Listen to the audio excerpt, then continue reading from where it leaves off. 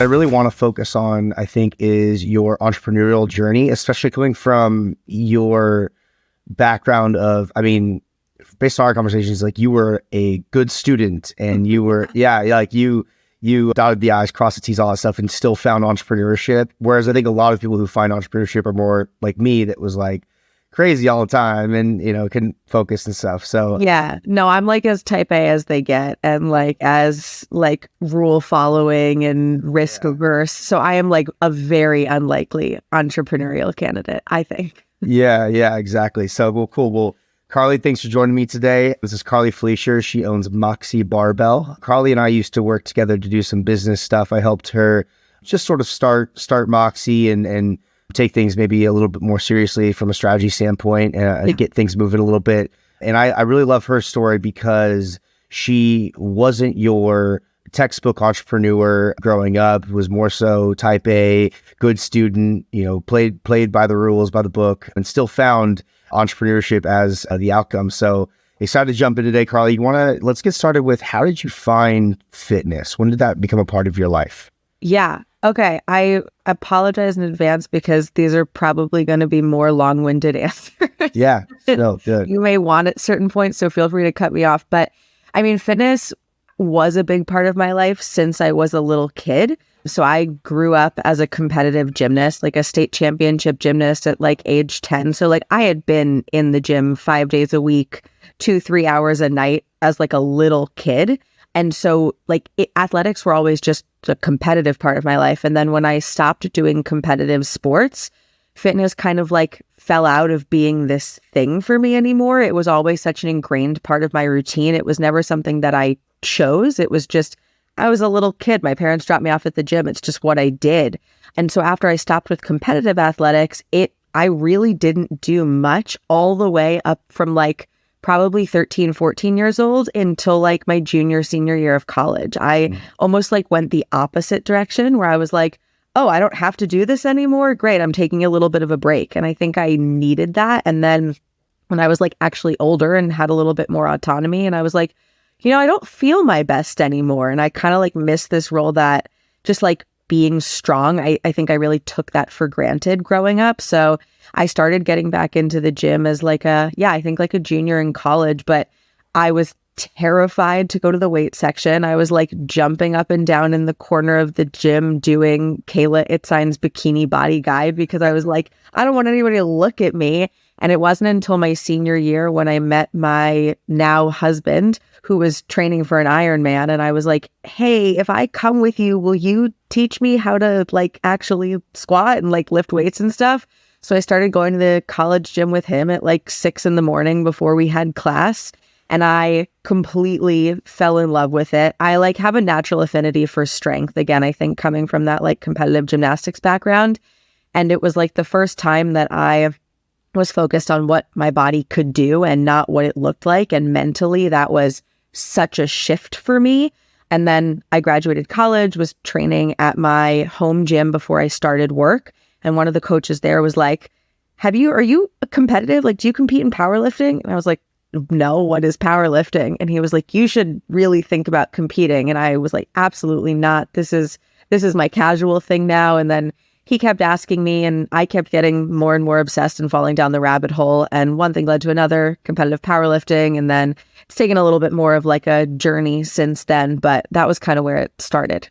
So I think a lot of us, my background was similar, but I found it in high school, I lost like 60 pounds. And I know particularly with women, there's a lot of like body image issues that come up. Was that ever something you struggled with? Oh my gosh. Tremendously. Something I still struggle with. Yeah. I mean, it's funny. I have a post coming out about this like today. I am so not immune to like the pressures to always be the smallest, leanest, most perfect version of yourself. And like, I am not somebody that has like, or at least what I thought growing up was like the quote unquote ideal body, especially like in the time when I was growing up, like early 2000s, it was like stick skinny, and I'm not stick skinny. Like I'm a gymnast and I have a gymnast frame. I've always been like short and kind of stocky. I had a boy in high school tell me my body type was stumpy, and I went home and I cried about it I struggled with it so much. And like, that was why I started training in the first place. Cause like I had gained the freshman, however much it was, and I just didn't feel confident in myself. And so it's something that I've always struggled with a ton. And yeah, like I had kind of alluded to, when I started strength training, it was like the first time in my life that I was like, holy crap, like I can go to the gym and I can focus on how much weight I'm putting on the bar instead of going to the gym and feeling like I was doing that to like earn the food I was eating later or to like feel better about like what I was doing outside of that. So Yeah. it's definitely been a struggle, and it's still a struggle. Like I just did a 3-month bulk, and like my body looks different now than it did at the start of that bulk. And yeah, like that was intentional. Like I was trying to gain some muscle. I knew I was going to gain some fat along with that. I knew like I wasn't going to be as lean as I was, but it's still hard to look in the mirror and like see my body change that way. I know there's a reason to it. I know like there'll be different phases, but I'm definitely not immune to that. Absolutely. Yeah. I think, a lot of us get into this because either we're struggling with something, or I think it's really cool, like when women find strength training, but even strength training as a whole, because like I'm in the business, we're both in the business of strength training.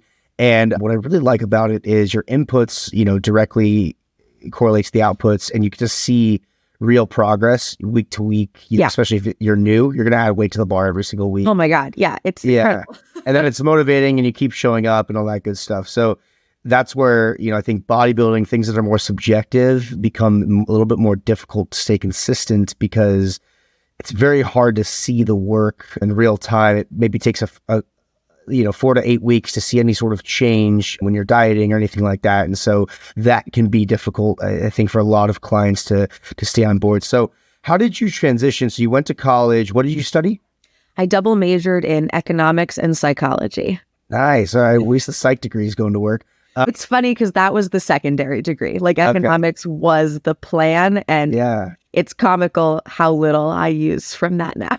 And what was the vision there? Going to college, what did you want to do? Oh gosh. Well, okay. So I am like the most risk averse person that you've ever met. I am super type A, I think, as Zach alluded to even in my intro there. Yeah. So I grew up doing literally everything that everybody ever told me to do. I was following the formula of like, if I get good grades, then I'll get into a good college. And then if I get into a good college and I get good grades there, then I'll get a good internship. And if I get a good internship, then I'll get a good job that pays me a bunch of money, and then I'll be happy. Like that was the formula that I was following. And I come from like a very like family in which everybody has gone to college. My grandpa's a doctor. My mom's a nurse. Like my dad was an entrepreneur. So that's like a little bit of where it came in. But my plan was like, I was graduating and I was starting a career in financial consulting at Ernst & Young. Like that's what I did. Like I interned there after my junior year of college. I got an exit offer. I went into senior year with like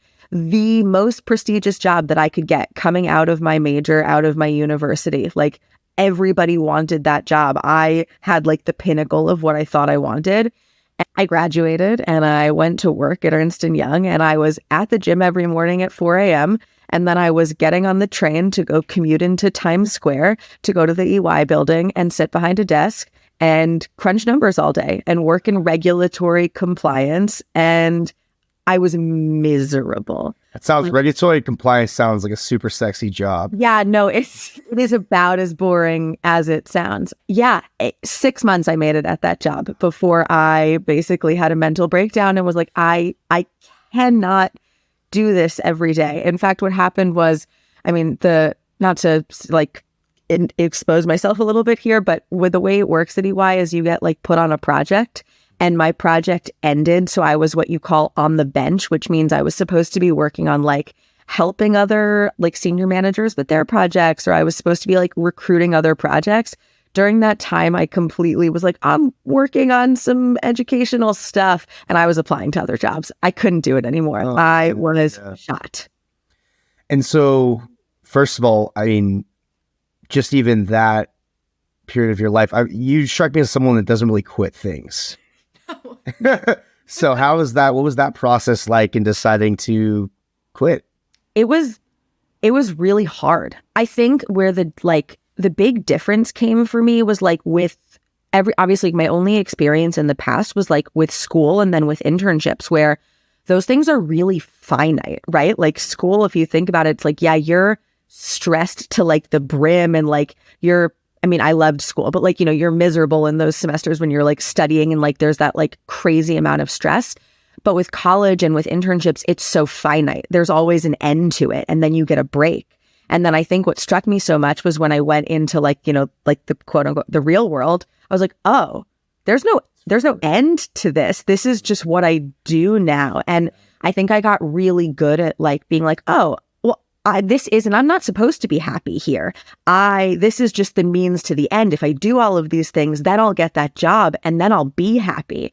But like what was so hard for me was like that job, that was supposed to be the end game. And now I was in my end game and I was the most unhappy I had ever been. So it was like a huge soul searching moment to me where like, I didn't even like the internship, but even then I was like, oh, but I'm going to take the job. Obviously, that's what else am I going to do? Over the hump, and then the grass is greener over there, and things. Yeah. And again, I thought that it was just like that sense of security and like having that paycheck and having the prestige of it. Honestly, that was a big part of it too, was like, I thought I was going to just feel good going into social situations saying like, yes, I have this job, the pinnacle of everything that I've worked for my whole life. And so it was traumatic, for lack of a better word, when I realized that like, crap, not that I don't want to, I cannot wake up every single day and do this. I can't just continue to like push through this and muddle through this the way that I've pushed through literally everything else in my life, because it's not finite. This was the light at the end of the tunnel, and it was not at all. So it was hard. You put that in such good words. Did you feel like a failure?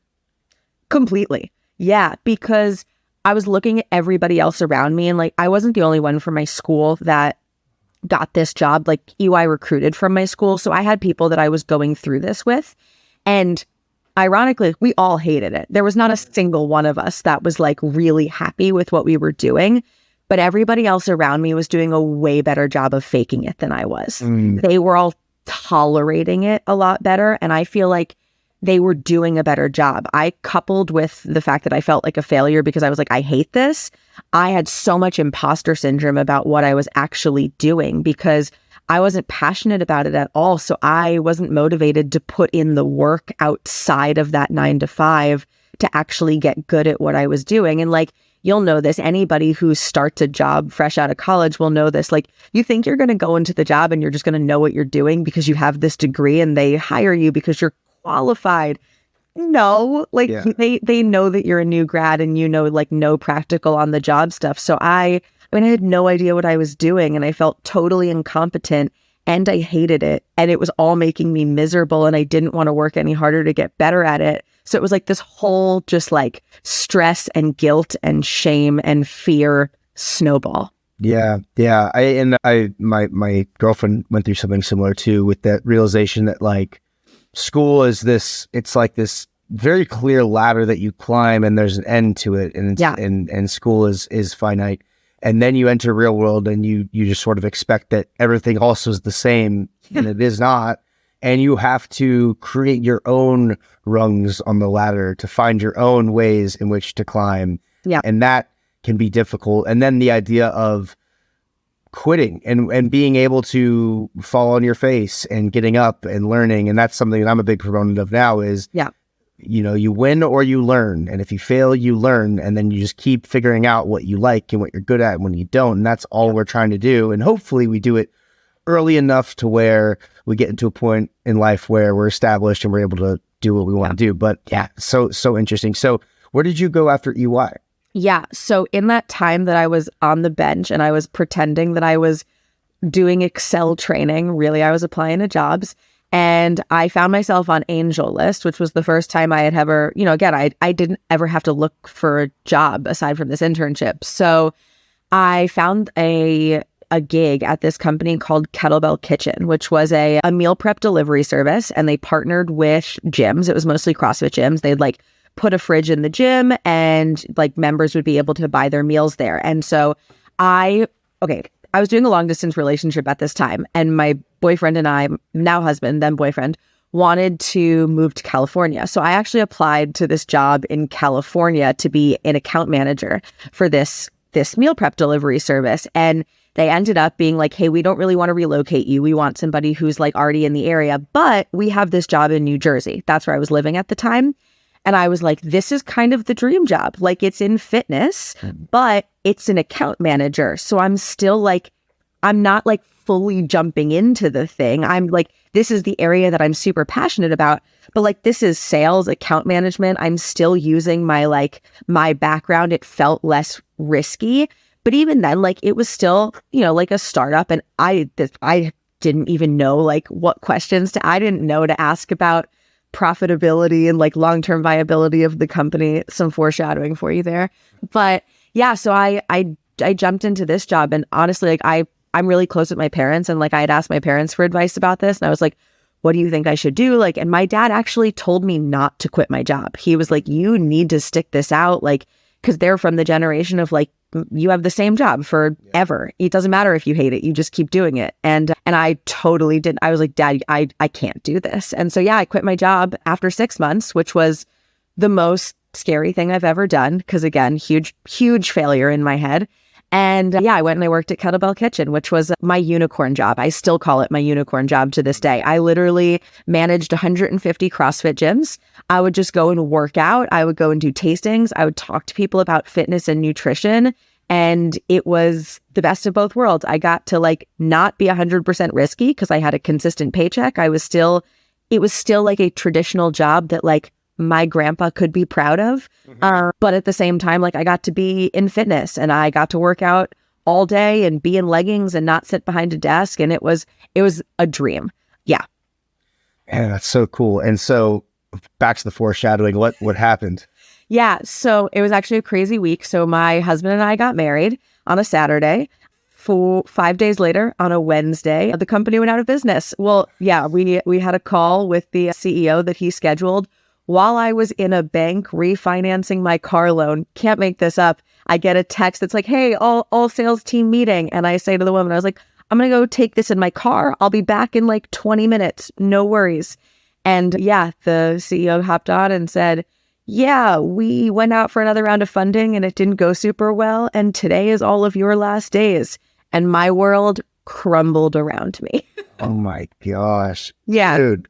Yeah, I'm sure at that point you're like, I can't win. I literally, yeah, not to mention too that like my husband is not from the States. And so we were dealing with like green card stuff behind the scenes, and my income was sponsoring his visa. Like when I tell you there was like such an amalgamation of things going on, at which like, man, was that not the right time for that to happen. Yeah. Geez. So, okay. Now we've fallen flat on our face again. Yeah. And within another 6 months. So I had now been at EY for 6 months, and I had been at Kettlebell Kitchen for 6 months. I had been graduated for a year. I had now had 2 jobs, which in my head was, again, a huge catastrophe, because I'm like, well, my next job, what are they going to think? I now have 2 6-month places I have 2 blatant failures on my resume as my first work experience. I was double devastated. And also I had never been fired before. Like I knew it wasn't my fault, but that had, again, like feelings of failure around it. Implications. Yeah, dude, I was so lost. And so during this time, did you just use training and fitness as like a way to just keep staying consistent somewhere in life? Yeah. Well, okay. So I'll give you like the short version, because what went on behind the scenes is important to what I ended up doing next and the trajectory that I ended up taking. But so like I had alluded to, so my husband and we got married really young at 23 because we were doing long distance and we needed to bring our lives together. And because of like immigration stuff, that was not possible. So we got married and started the green card process so that we could be together and actually like move our lives forward together, which was like a big source of stress outside of work stuff and big life changes outside of that. And so when Kettlebell went out of business, we were like, oh, well, we were doing this so that we could move in together. So I just decided to move down to Georgia, where Michael was living. And we were like, we're waiting for his green card. We don't want to stay in New Jersey. We definitely don't want to stay in Georgia, but we'll just kind of wait it out down here together. So I ended up actually moving down there. And my plan was not to get a full-time job down there because it wasn't where we wanted to stay. So it left me with a lot of time because Georgia's very inexpensive to live. I had unemployment. I didn't need to get like a job right away. I was looking for remote jobs and whatever I could find, but I had a little flexibility. So yeah, I mean, training became my everything. And that was when I like fully dove into powerlifting because what else was I doing? And I was still waking up at like 4:30 in the morning to go and do it because Michael and I were training together before he would go to work. But training became a huge part of it for me. And then I decided to actually use that time to start studying for my certification. I was like, I don't know what I want to do with this, but I know that this is the thing that I love the most. And at the very least, I want to know as much about it as I possibly can. At that point, I never thought it was going to be a full-time career. It was just, I don't know what else I'm going to do with my time. And although like this job that I had at Kettlebell left me flat on my face, this is the happiest I've been since I graduated college, and I need to explore that a little bit more. So training became like everything at that point.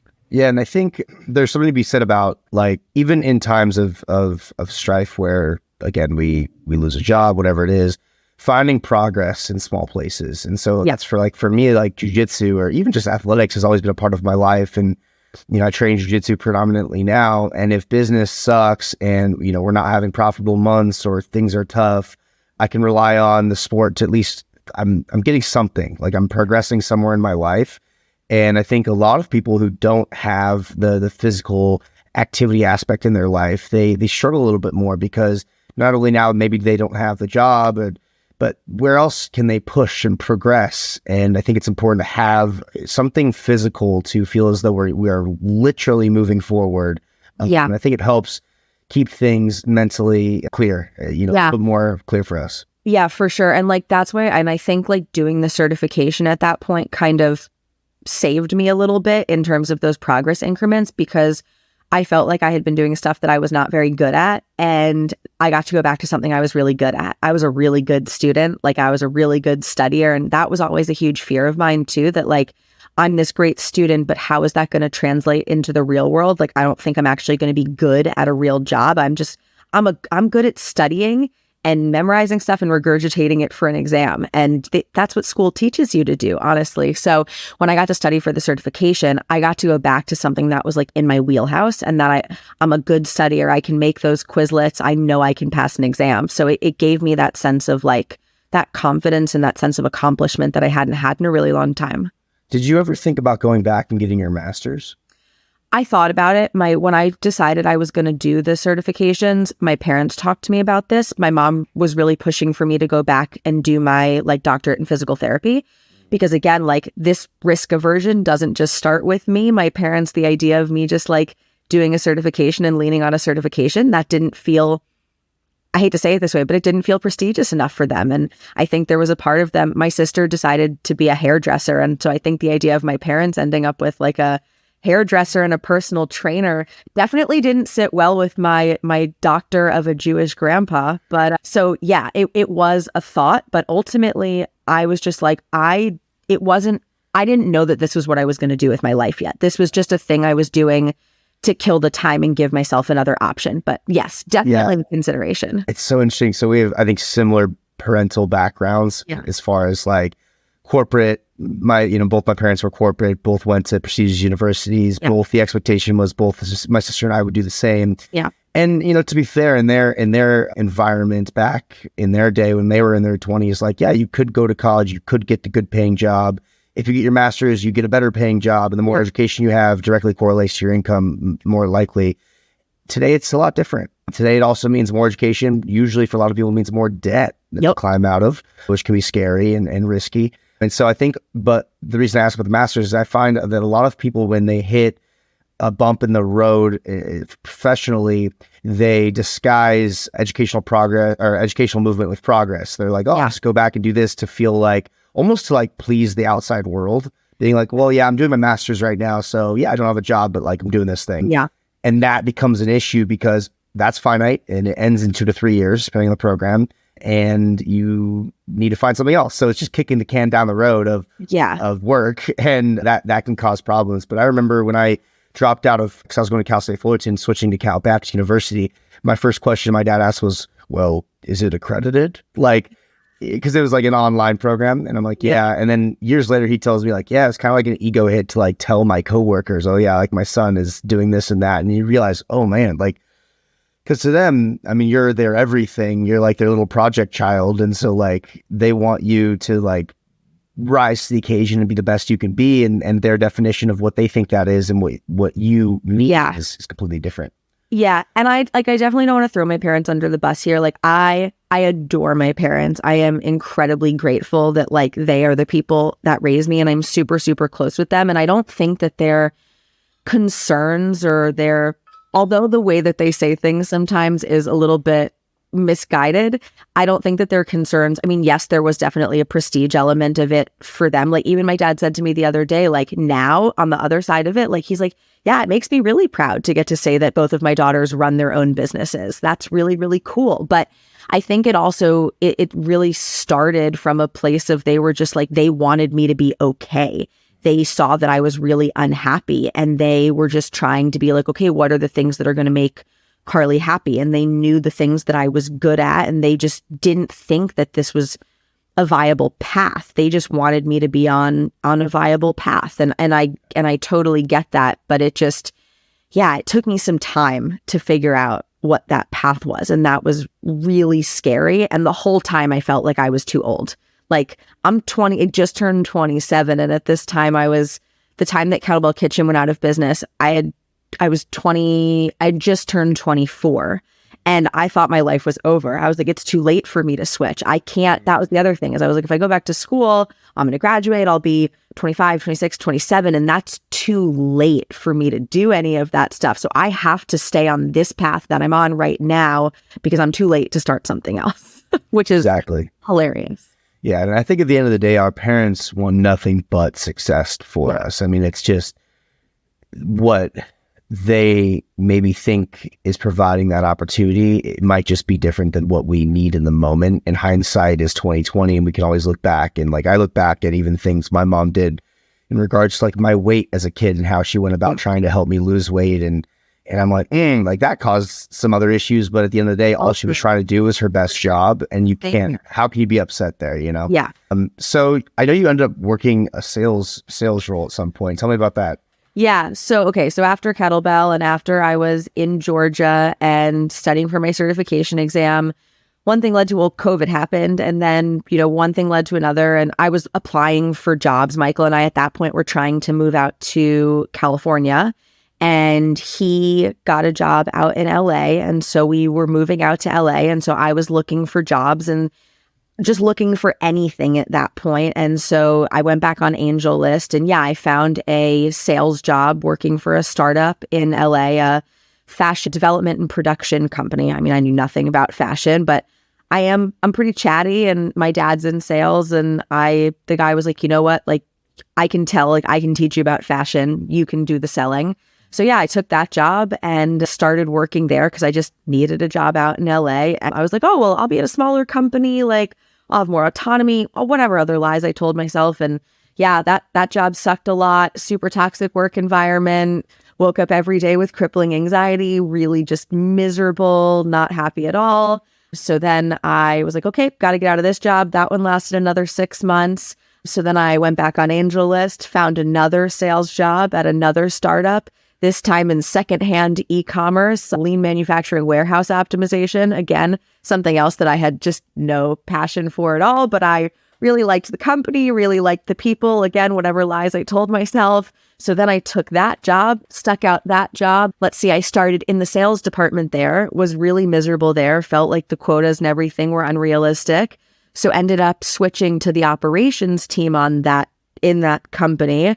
So that I was like, okay, it was a little more stable. Maybe I could do more strategy work. Maybe I'd like that better. Did that job.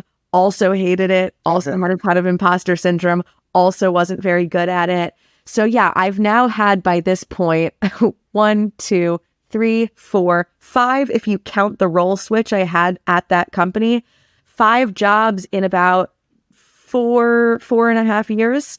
And that led to a complete mental breakdown in March of last year. I lost it. I mean, and I had like breakdowns in the past where I was just like lost and didn't know what to do and where I was kind of in a funk. But this was like, since I had been really bullied when I was in middle school. So I had known like kind of what depression had looked like and, you know, what that really like low point had looked like. That was the closest thing that I could like align this to, is like I was really stuck. And I knew at this point that like I couldn't keep making those like little, can I curse on here? Yeah. Those little half-assed, this is not even a real curse word, but I couldn't keep making those little half-assed switches anymore. I was coming to the realization that like I had to make a really big change. And the fear and the anxiety and just the repeated failures and how much fear I had about like, I can't just make another half-assed switch again. Like something drastic is going to have to change in my life. I really hit rock bottom after job 4/5 in 4 years. Yeah, because failure again isn't something that I was used to. Yeah. No, I had no experience with failure. Like socially I did. Like I said, I got bullied a lot growing up, but that was probably the biggest like adversity that I had faced. Yeah. But when it came to my, you know, educational and professional careers, that was always what I had control over. Yeah. When things were like bumbling in every other area of my life, I was a straight A student. I mean, I crushed everything in school and I was so OCD about it because that was what I could control. And I think I thought I'd have the same control in my professional life. And I failed in everything that I did. And I had no idea how to cope with that. And because your identity was probably, I'm Carly, I'm a straight A student. Yes. I'm professionally, yeah. Mm-hmm. Yeah. Mm-hmm. And so you had to shed that identity and find something new. So tell me about how we started Moxie. Yeah. So during this time, this was March of 2022, I had this total breakdown. And this actually lined up with when my parents were coming to visit out in California. So I had like this real soul searching time with them and, you know, just with my family and with my therapist. And I just kind of came to the conclusion that, I mean, and behind the scenes throughout all of this, like fitness was the only constant in my life. I had complete chaos going around everywhere else, but I had stayed consistent with fitness because it was the only thing that I had to hold on to. And I will definitely say the same obsession that I had, the same OCD that I had with school had been applied to fitness. So I can't say I was like in the healthiest place in my fitness journey. I was very much living in an all or nothing mindset. I was, you know, like really obsessive with my food, really obsessive with because that was literally the only thread of what felt like myself that I was holding on to. The only thing you could control. 100%. Yeah. Which again, a very familiar story, I think, for so many people that have fallen into fitness accidentally. So yeah, throughout this sort of mental breakdown, I had realized, and everybody around me could see, that fitness was what I was super passionate about. That was what I loved. That was the thing that I could wake up every day and be really excited about. And so that was when I decided, I was like, okay, fitness needs to be the thing that I do. Like, I am tired. The only thing to this point that had held me back from doing that was money and was risk, was how am I going to pay my bills if I do this? It's going to be scarier. I was just about to turn 26 and not be on my mom's health insurance. So the timing wasn't the best to go into like an independent contractor role. But I decided I had to do this. And so I got certified. I went and I finally took the CPT exam. I had studied for it before. I just never actually took the exam because COVID, and I started applying to jobs and it just took the back burner. So yeah, I got myself certified, and then I immediately started applying to jobs at local gyms because I knew I wasn't going to be able to like start a business and have that be my full-time job right off the bat. Like that was still too risky for me to like full send it. So yeah, I got certified and I got a job at a local gym, and I still have this job. I'm a full-time in-person trainer. That's where I'm going to head 15 minutes after we hop off of this call. And you relocated to the Bay Area at some point. Yeah. We relocated to the Bay Area. Michael had gotten another job. So we moved up here in December of 2021. Yeah. So we had been up here for not that long. And so, I got this other in-person job. And the plan was I would start this in-person job, kind of get my bearings. And then I knew I wanted to start my business. I was getting the in-person job so that I had some stability so that I could really start this. And then I just was like, okay, I'm going to start. And I waited, like I got the job at the gym in like May, and I didn't really start thinking about starting Moxie until I think like June or July range, because I needed some time to like just let myself be out of like panic mode. And just kind of like be and not be like trying to like do the next thing. I just needed to like exist for a hot minute and like get out of that complete state of like stress and paranoia. And now I was like, okay, like we can coast for a little while. And then, I went to go and start up Moxie and then realized I had literally no idea what starting a business entailed or looked like. In my head, I was like, I'm just going to train some clients online. How hard can that be? And then I was like, process, how do I get paid? What do I do? Where do they go? What does that process look like? And then I was like really stressed and really lost. I incorporated the business pretty much. And I had a couple of friends that I was training on the side with like, Google Sheets and, whatever, but I had no idea what I was doing. So I just kind of started blindly. And then if you want to, you kind of know what happens next. Yeah. Shameless plug. That's right. Reach out to me. Yeah. No, you did. What happened was I didn't even have an Instagram page for Moxie yet.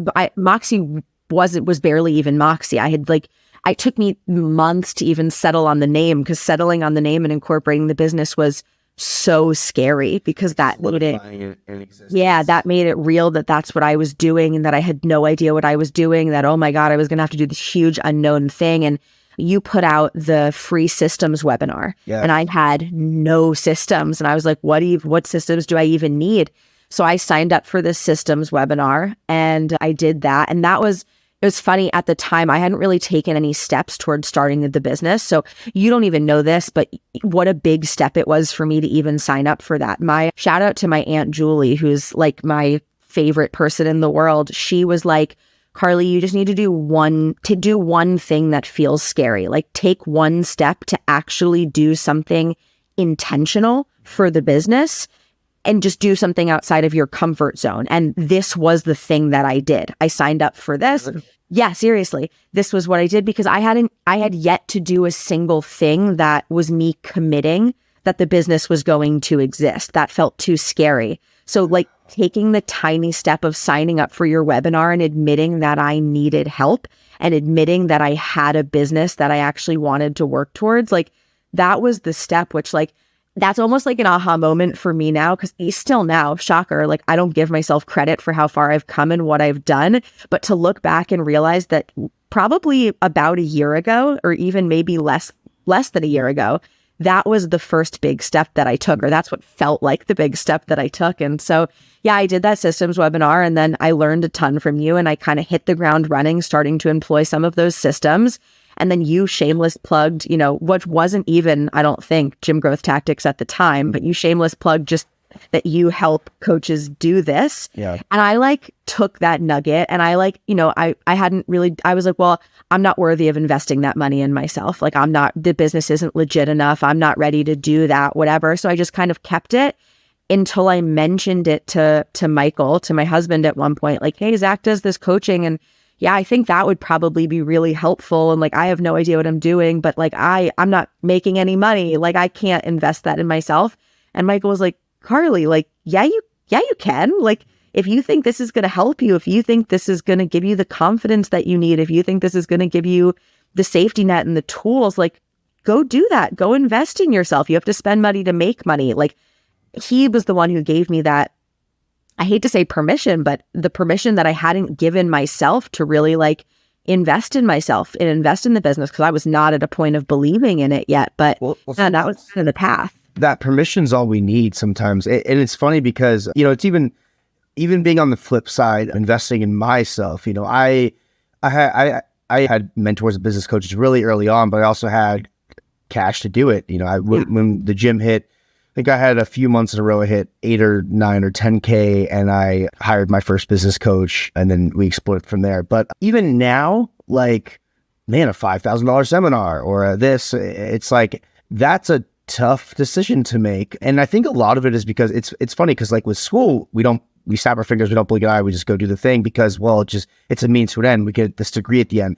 But with like business education that isn't, in a formal sense, but can give you ideas that could potentially 10, 20, 30x your business, we don't give it enough credit. Or even maybe just from like a psychological standpoint, learning more about who we are as an entrepreneur, that it helps us overcome these fears and perceived risk and anxieties to do some successful stuff. And so that's super cool. He gave you the permission to do so. I think sometimes that's all we need. Now, obviously, like working in fitness, so making that transition, a lot of times when we turn passions into work, it becomes work and we start to struggle a little bit. How was that transition for you? Did you, was it smooth? Was it difficult? Tell me about it. Has anything in my career trajectory been smooth? No. No. So yeah, no, it wasn't smooth. Yeah, I struggled with that. I still struggle with that a lot because I think everybody hears like, oh, if you love what you do, you never work a day in your life. That is the biggest load of bullshit I've ever heard in my entire life. Like, I love what I do, don't get me wrong, and I know the alternative of what I could be doing, and I am tremendously grateful to wake up every single day and get to do what I do. But man, it is really hard work. And especially now, like, I mean, one, like I work a full-time job and I run Moxie on the side. So, I mean, right now, like I do not have a ton of work-life balance, admittedly. It's a little bit better now. Like I'm at least now carving out weekends or trying to carve out weekends, not to be 100% work-free, but to at least give myself some time on weekends and to at least like, I'm now learning that like, it's okay for me to take a half hour here and there. But what was the hard part for me now is that because I feel like when I was working, my normal 9-to-5 jobs, I didn't feel super motivated to work outside of 9-to-5 because I wasn't getting anything else for it. I didn't care that much about learning about it. I didn't care that much about getting better at it. I am so invested in what I do now and I love what I do now and I'm so jazzed about it every day that I always have like ideas and things I want to do, and I'm so invested in the success that it's literally what I do 24/7. And in the beginning, it would be like, oh, I'd be choosing between, I'd be like, I'd have an hour. Should I go train or should I go and do this extra thing for the business? And I was choosing the business 100% of the time. So that became really hard because I felt more pressure to put more time into it because, oh, if I'm not putting all of my time into it, and then if it's not successful, well, then that's my fault. And then there's, I could have done more to make it successful. So there was that piece of it and the burnout piece of it. But yeah, there was also the piece that I was like, oh, well, I'm doing the thing that I'm super passionate about. And it's not me sitting behind a desk all day. And I'm getting to work in this area that I love. And I'm getting to make this huge impact in other people's lives. So I should love it 100% of the time. And I should never be burnt out from it. But the reality is that like I was burning myself out more than I was at like any other job that I had done in the past, because especially in the beginning, like when you and I were working on the back end and like the systems, there felt like such a sense of urgency of like, I need to, we would have, calls and we would like brainstorm all of this stuff and I would have action items to take away. And again, like I'm very completionist. Yeah. So then I would immediately go and schedule those action items. And I think it was almost like a running joke between Zach and I of like how long it would take a normal person to get something done and then how long it would take Carly to get something done. And yeah, so I had taken the same like rigor at which I had applied to my educational background and everything, and I had applied it to this. And yeah, the speed with which I was doing it was not sustainable. And that coupled with the fact that I was just like, you should love this because you're taking a risk here and you're making less money. And this was a really scary thing to do. And you've had this whole path and it's now leading to this. And now you have to be perfect at this and figure it out insanely quickly and get this business off of the ground so that you cannot be scared anymore. Yeah. There's lessons there. Yeah. Yeah. Gosh, this is a lot of good stuff. So I think one of the things I know that we discussed early on was goals. And like, in fact, goalpost shifting. And I know you're not the type to like let yourself celebrate the wins a lot just because you're like, well, I can't celebrate. I got to keep moving forward. And then I remember specifically we had a conversation of like maybe we added like 5 clients over the course of a couple months or something like that. And I was just like, Carly, like if you had 5 clients every 2 months for the next 2 years or whatever it is, like, holy crap, that's amazing. Let's just keep doing that. But I think for you, you know, I know you kind of create these plans and then if you don't hit something, it's not success. So how have you shifted since then? What does that look like for you with goal setting and giving yourself permission to exhale and reflect? Yeah, it's still a struggle. I'm going to be honest. It's a big thing that I'm working on, and it's still a big source of stress for me because I'm less, so I started Moxie, like I said, I think I incorporated back almost a year ago, but I didn't like actually like launch the business publicly until October. You and I worked a lot on like creating the back end systems before I started the marketing efforts so that like, you know, when I had clients coming in, it wasn't like a mad dash to pull it together. Like I knew what I was doing. So I'm still less than a year into this. So things are still really unpredictable. And that is something that I still struggle with a lot, where like I'll go 2 months without having, you know, a new client added, and then I'll add 3 clients in the course of 2 weeks. Yeah. It is just really, I'm learning now, it's just more predictably unpredictable, but that is still really scary. And I'm still in a phase of like, the business is not 100% self-sustaining yet. Like I'm not in a place where I'm ready to take that full time, and I probably won't be for a little while. And I think the shift that I'm starting to make is realizing that like, that's not only is that okay, but like that's probably expected and normal.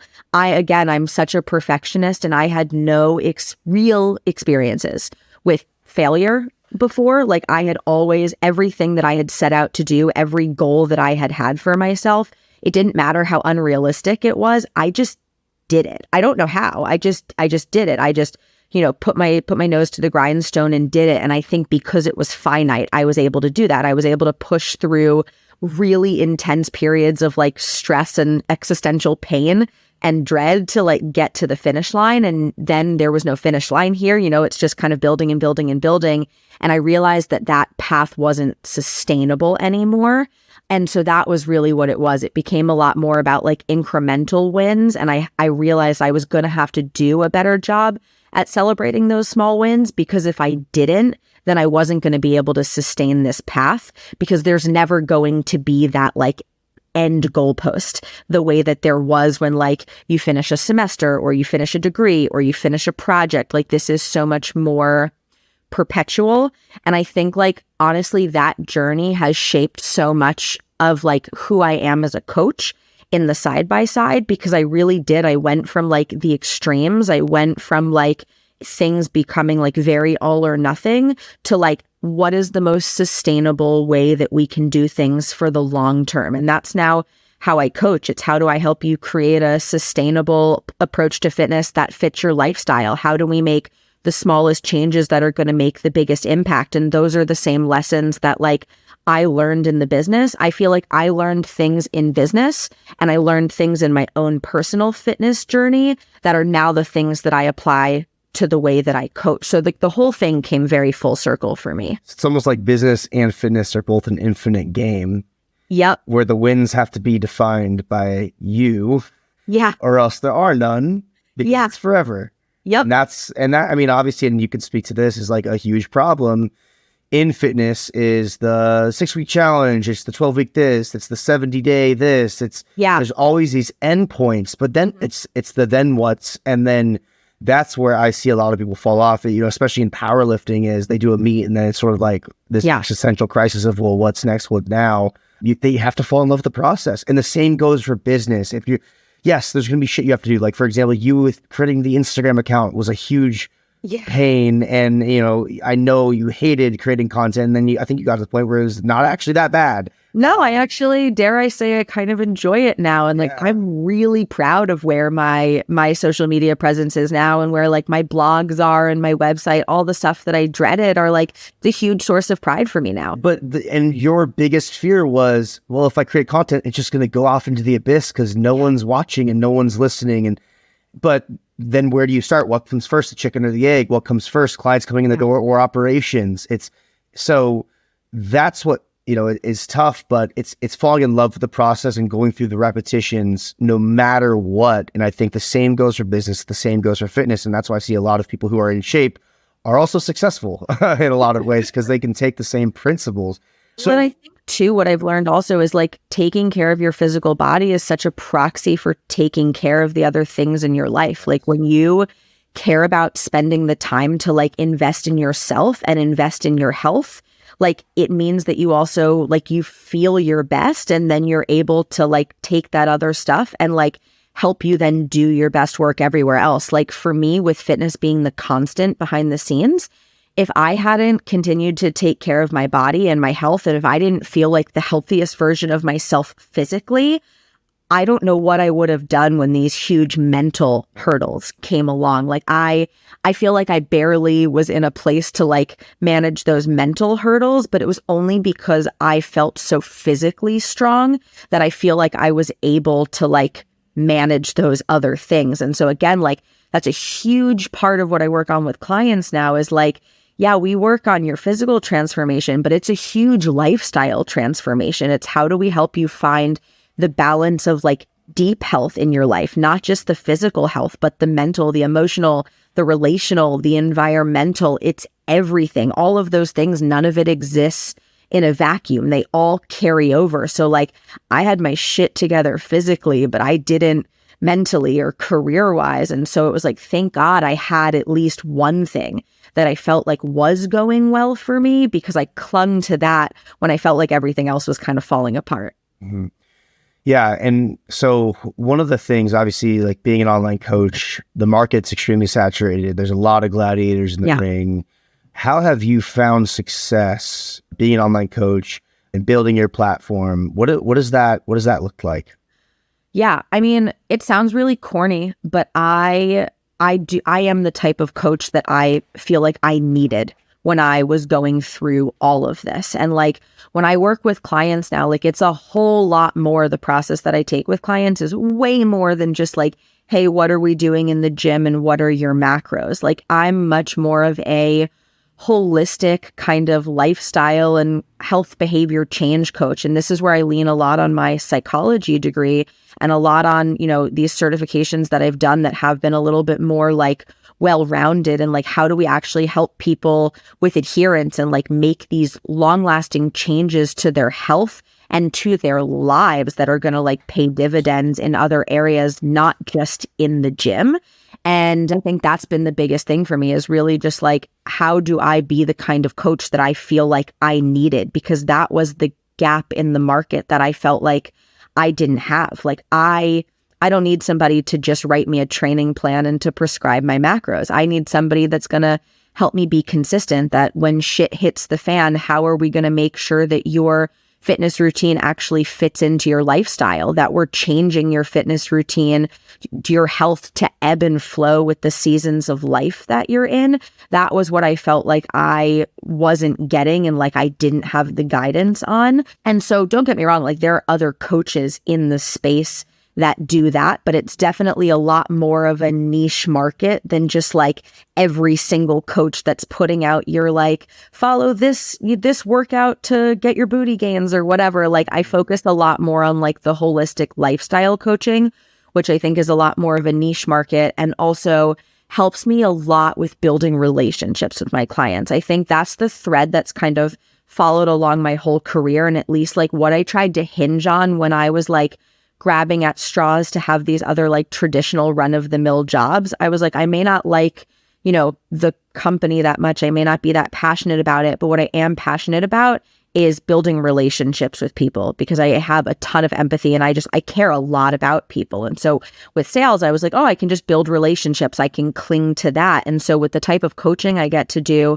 I really get to build relationships with my clients and learn about like lots of different areas of their life, and then figure out how we make fitness fit within those unique parameters of their life. And I think that makes people trust me, and that makes people really see the big impact that coaching and that caring about your health, how that pays dividends in the other areas of your life. And I think that helps people stay with me for the long term. But I also think it speaks to people when they are in similar times of struggle, when they're feeling really lost. I speak to them not just as somebody who can like help write the program, because yeah, we're going to write the program and we're going to get you looking and feeling the best that you have, but we're also going to figure out how to fit that into the greater context of your lifestyle and help you just like feel your best. I think I am the coach that I needed when I was going through all of this shit.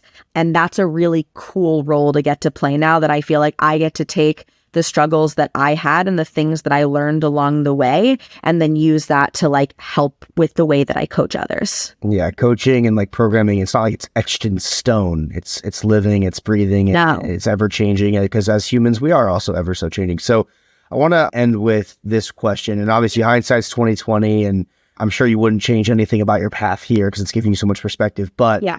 What would you go back and tell yourself? Maybe the Carly that quit EY, like if you could tell yourself something back then, what would you say?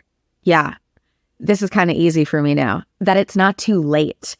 That was the biggest thing for me this whole time. Like when I quit EY, I wish then that I was like, oh, you can just go and get your certification now and you can jump into this industry now.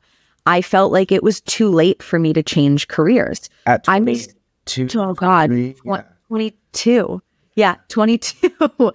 I felt like it was too late. I had a degree in economics and psychology. I had to stick to that. I had to get another job that fit within the confines of the degrees that I had carved out for myself. I thought it was too late for me to switch paths. And that's why I continued trying to like go down a path that at least loosely, or not even that loosely, that pretty tightly fit what I had envisioned my life to be when I was 17 years old. Like that's what they ask you. That's what the world asks you to do, is envision the life that you want for forever when you start college. And I thought that I had to stick to that vision and that it was too late. And so everything that I did was like, just keep staying on this path because it's too late for you to change. And I think that if I had realized that it wasn't too late and given myself permission to not know and to just feel it out and realize that like, holy crap, like what are your early 20s for if not for just figuring it out? And like, if this isn't making you happy, like figure out what that is. And yeah, it's not too late to do the scary thing because you've got plenty of time. Time horizons. I think once we realize we're supposed to be on Earth for a long time, hopefully, if done right. And we have so much time to find what we love, to make money, to be successful, whatever success is defined for you. Yeah. And so much of we just get caught up in the rat race and feeling as though it is a race that in reality, it's not. And we're all equally, do on our own path, doing our own thing, running our own race at whatever pace we want. Yeah. And once those time horizons shift, and I know it's something that was really impactful for me the last couple of years, it's amazing. And I think as we get older, the more time we've spent here,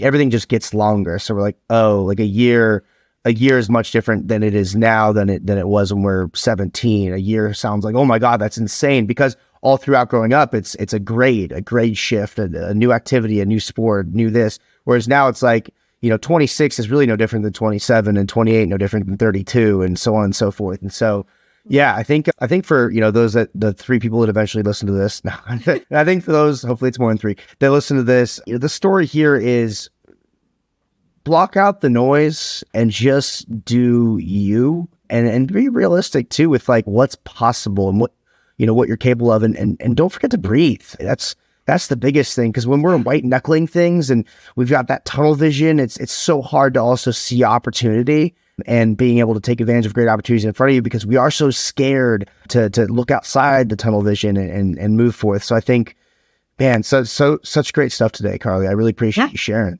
My pleasure. No, super, super fun, Zach. So, Podcast 101, where can they find you? Absolutely. Yeah. So social media, you can find me on Instagram, TikTok, and YouTube at Moxie Barbell. A lot of educational content that comes out there. I will say, like, shameless plug, please go check it out, because man, has this thing been a process for me. Like Zach said, like starting the Instagram page and learning to like post into the void was really, really scary. But I'm really proud of myself. Like, I put out a lot of really good stuff. So if you're interested in learning more about fitness, nutrition, habits, like just lifestyle, how to be like the healthiest overall version of yourself, at Moxie Barbell. And then if you want to learn more about one-on-one coaching, the type of coach that I am and what I offer with online, you can check out my website, which is just www.moxiebarbell.com. Boom. There you go.